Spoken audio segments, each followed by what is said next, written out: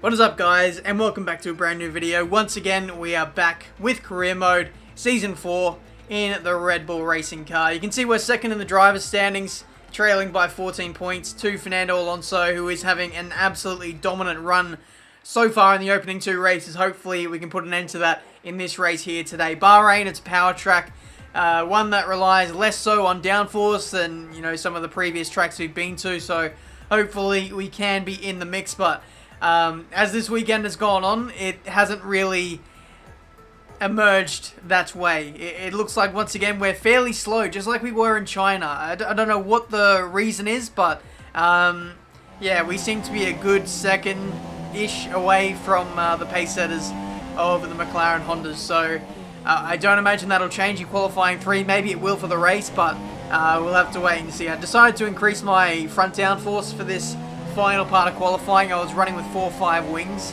and I thought, you know, I was losing a bit of time in the middle sector. I was fastest in the speed traps, believe it or not, but yeah, just losing too much time in some of the slower to medium speed corners. So 5.5 wings is what I put on the car for the opening run, and we're sticking with that for the final run here in Q3. But the car was a little bit unstable, not gonna lie. I had to catch a lot of oversteer moments, so that definitely made things tricky, but we'll see what we can do in this final run here. We need about 2 or 3 tenths to eclipse into the top 5 and be closer to the McLaren Hondas. So we're up by just under 2 tenths as we go through the middle sector. For some reason we lost most of that, just by overdriving, I think. I was trying to make up for the lack of performance, and it really wasn't working out too well for me. We dropped to P7 now, and yeah, it's going to be awfully tough for us to even move up any further on the grid. You can see a massive slide through there through the final corner. Just, yeah, overdriving the car way too much. We improved by just over a tenth, and it's still 7th place in the end there. So 2 tenths clear of Daniel Ricciardo. Very close between the teammates, it must be said. So that was a bit of a surprise. That's the closest Ricciardo has been all season so far. Fernando gets pole. Only 3 tenths this time to Stoffel Van Dorn, so he hasn't had like the greatest of runs, it must be said. I feel like he's had a bit of bad luck and things not go his way, but today he was a lot closer to the pace and showing some of his true potential. But we're 3 races in, and we are still on our first power unit components, pretty much all round. For this race, because it was Bahrain and there's a heavy reliance on straight line speed, I thought we'll chuck in the second component for the ICE, the MGUK, and we're also going to chuck in a new turbocharger as well, just for that added performance. And hopefully that can be the difference that gets us closer towards the McLarens and actually gets us in front of them with a one-stop strategy. Who knows? It might be exactly what we need up against some AI who are running with some really older engines, especially those McLaren Hondas. We know that they aren't so good on engine reliability. So hopefully it can get us a race win here for the Bahrain Grand Prix. We've got all the makings of a great race today. World champions in competitive cars, lots of drivers on form, and I suspect a few strategists on the pit wall looking to try something a bit different and maybe jump their cars up the order. We're in a better grip position than we were expecting. Let's see if we can hold on to it. So here we are then, on the grid for the Bahrain Grand Prix. We are taking a bit of a risk here, putting in some brand new power unit components at a racetrack where we arguably may not need them. The engine itself, like some of the earlier components we had, were still in a decent condition, like 30-40%, but given my history with McLaren, I know how quickly they burn through their engines. Like in career modes gone past, we were switching out to the second power unit component after the Chinese Grand Prix. So I know that those guys will start to hurt, and I want to expose that in this Grand Prix potentially if they're starting to run into like the 50% range with their power units, and that would really cripple them at a circuit like this. So I want to give myself the best opportunity possible to win this Grand Prix. We've got to be smart. We've just got to take as many wins as we can, when we can, as early in the season as we can, because we will slowly catch them, but we don't want to let the McLarens get too far ahead in the driver's standings and leave us too much of a task to chase them down later on in the season. So that's my thinking. We are on the one-stop super softs to mediums. The pace when we get on the mediums, it's going to be horrible, but we've got to do our best to stay consistent, to keep it clean, don't make any mistakes, and hopefully the race will take care of itself. Now here we go, ready for the start of the third race of Season 4 of F1 2017 Career Mode. 5 red lights, and we are underway. Really nice start up against Kimi Räikkönen there, and Sebastian Vettel, 2 positions off the line, and that is B4. Wow, actually a really nice start for once. Up the inside of Stoffel Van Dorn as well, we'll take that chance, and onto the podium. He's still on the inside, he cuts the corner, loses momentum, and that is us up onto the third placing position at the moment. That sounded really awkward. I don't know why, but it did. Anyway, end of the first lap. We are closing in on Valtteri Bottas in the slipstream. Fernando is already breaking out of 1 second to Valtteri. He goes defensive. We're going to go to the inside anyway and take the position into P2. Job done. And next up is our old mate, Fernando Alonso. We'll see what we can do now up against him. It's very important now to stay with him. Just push as much as I possibly can. Stay as close. Even if I don't overtake him, I can still win the race because I'm doing the one stop, and it's a big stretch trying to do the one stop at this track, so I'm hoping that it really comes through for me, and hopefully Fernando can get caught up in some traffic. So yeah, just run the best race I can in this opening stint, and the rest will take care of itself. Stoffel Van Dorn is getting very racy up against Valtteri Bottas. It looks like the Mercedes doesn't have the pace around this track. Lewis Hamilton has a grid penalty, by the way, so he's going to be nowhere in this Grand Prix. But yeah, Bottas is just going backwards. He was in P2. He's dropped behind me. He's dropped behind Räikkönen. He's dropped behind Van Dorn, and now he's not even in sight anymore. It looks like he's been overtaken by the Force Indias as well. So absolutely no pace for the Mercedes right now. Who says that car performances don't change in career mode? There you go.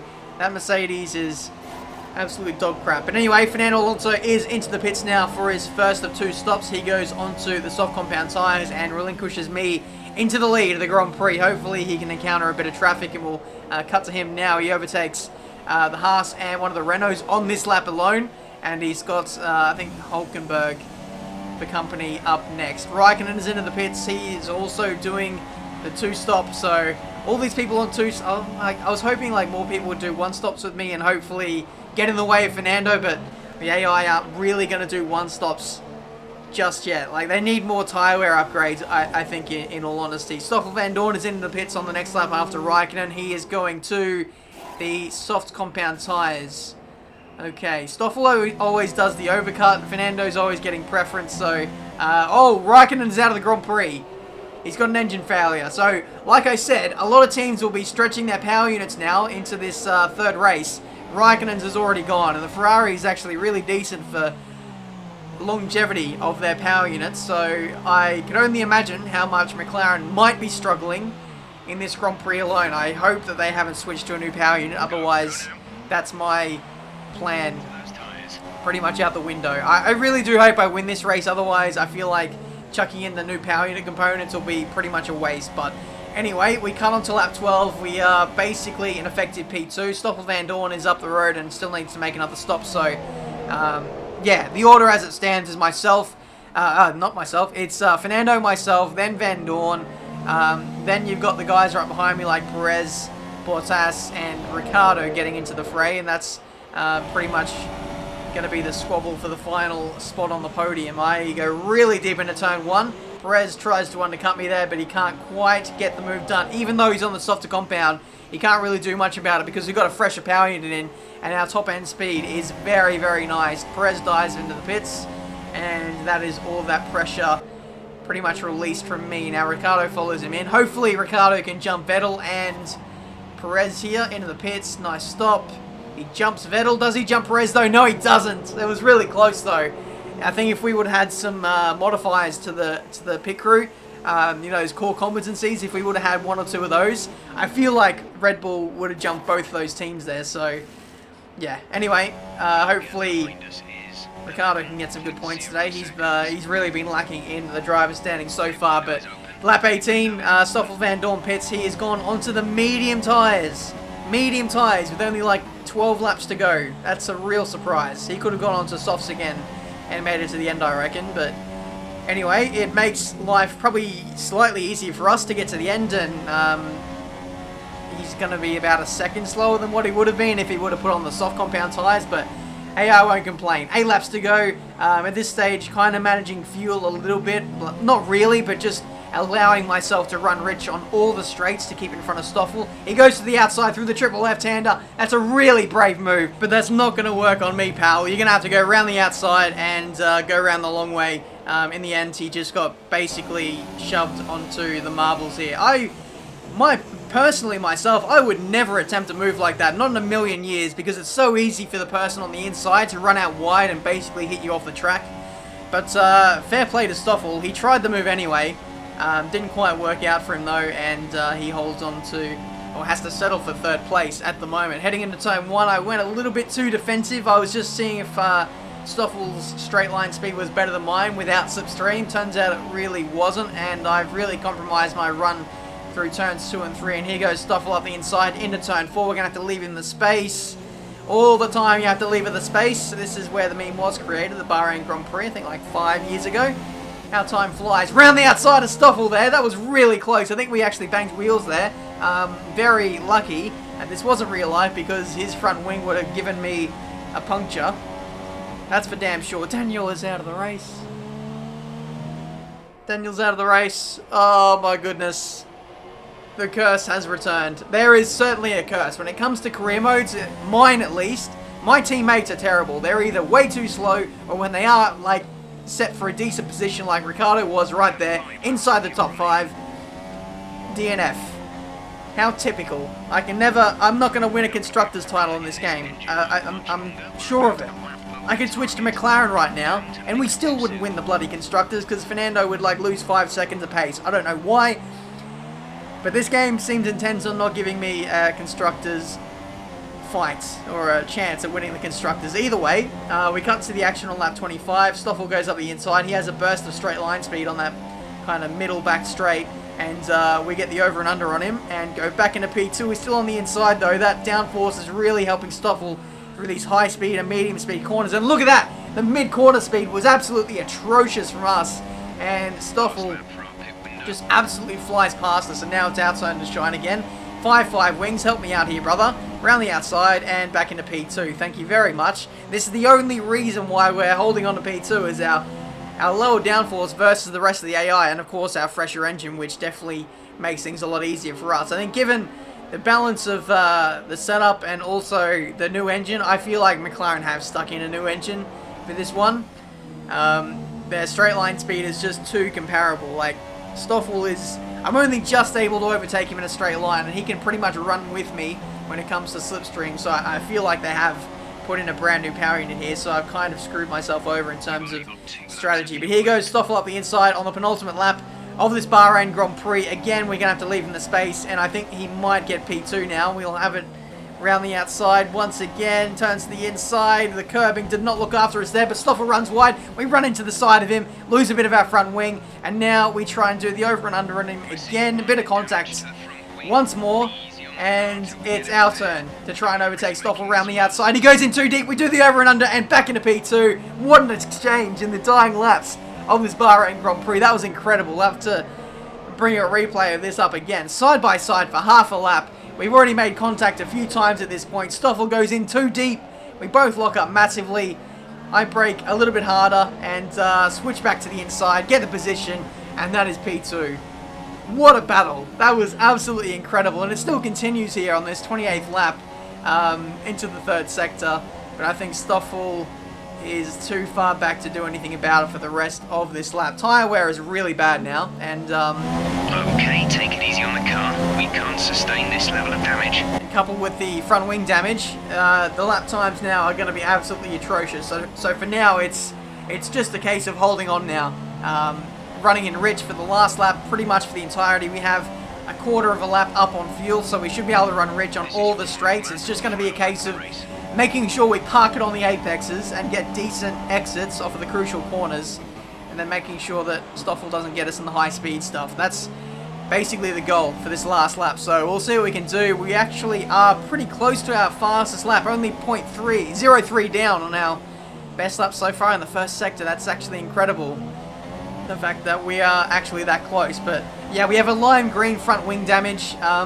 You know, in terms of damage, it's not that much, but when you have that damage and you're trying to drive through that damage, it really is something else. It really is that bad. Fernando Alonso wins the Grand Prix. He gets to the end with reliability, so he is 3 from 3 so far in this championship. And that consistency is absolutely incredible. It looks like he might already have one hand on the trophy. We'll have to wait and see. We get slipstream off of Ericsson. Van Dorn hesitates, and I think that might be his last chance at getting second place in this Grand Prix. Through the final corner, lots of understeer, but it doesn't matter anyway. We just have enough in the tank to get to the line. It is second place once again, 3 in a row.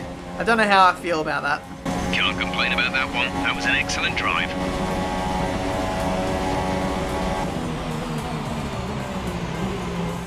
Our drivers are making their way out for the podium celebrations, and it's going to be McLaren picking up the winner's trophy. Congratulations to the entire team for that fantastic performance. So Fernando wins again. That's 3 from 3 for the start of the season. Stoffel Van Dorn put up a valiant effort, but again, he's so far behind his teammate. There are a lot of reasons as to why this is happening, of course. I feel like he probably doesn't get off to great starts like Fernando does off the line, gets caught up in traffic, and he is never able to truly show his potential. So Fernando wins by 40 seconds this time. That's, well, it's a lot closer than what it was last time. I think he won by a minute and like 20 seconds in the Chinese Grand Prix. We had a much clearer run this time, but still, he's winning by far too much, and we definitely need to start doing some upgrades. We will start to do some maybe in the next episode, depending on how the maths goes. I'm going to calculate whether it's worth doing another discount upgrade or whether I should plow on now with the downforce upgrades to try and close the gap. So we'll have to wait and see how that is. 21 points to Fernando. Believe it or not, we actually have more points this time in this season than what we did this time last season. We were on 53 points at the Bahrain Grand Prix. So it just shows how dominant in particular one driver is, and it kind of feels like we're having a crap season when that's definitely not the case. We're already doing better than last season. Just Fernando is just absolutely perfect so far. So that's been this episode for today, guys. Hopefully you enjoyed. Leave a like if you did. Subscribe to the channel if you're new to see plenty more F1 2017 content. Look at the difference in chassis performance. It's not that much different in terms of the chassis side of things. It's all aero, and so that's where I want to target my upgrades going forward, because yeah, the downforce makes such a difference at just about every track on the calendar. It allows you to run lower downforce, and in turn you can pretty much be faster on the straight. So that is where we are going to target the upgrades in the future. Though, with that said, I wouldn't mind doing some weight reduction upgrades as well. I feel like with only 2 in the bank so far, that's not enough. This car can definitely be more lighter and more agile and just more nimble. So we'll see how it goes. We'll flick back to the first run of components on the ICE. Still amazing. 3 rounds in now, how they're all still in the green. The Red Bull, or the Renault power unit in particular, is just that much better at looking after its engine. So we'll see in the long run how that affects McLaren. We did like a reliability chain on every single component for them, so their wear is going to be 30% better than what it was for me when I was in the team. So I still think they'll need to take like an extra power unit or 2, so hopefully we can strike in those races where they do have some grid penalties to take, but we'll see how it goes. Thank you so much for watching. Until the next race, the Russian Grand Prix, I'll see you next time.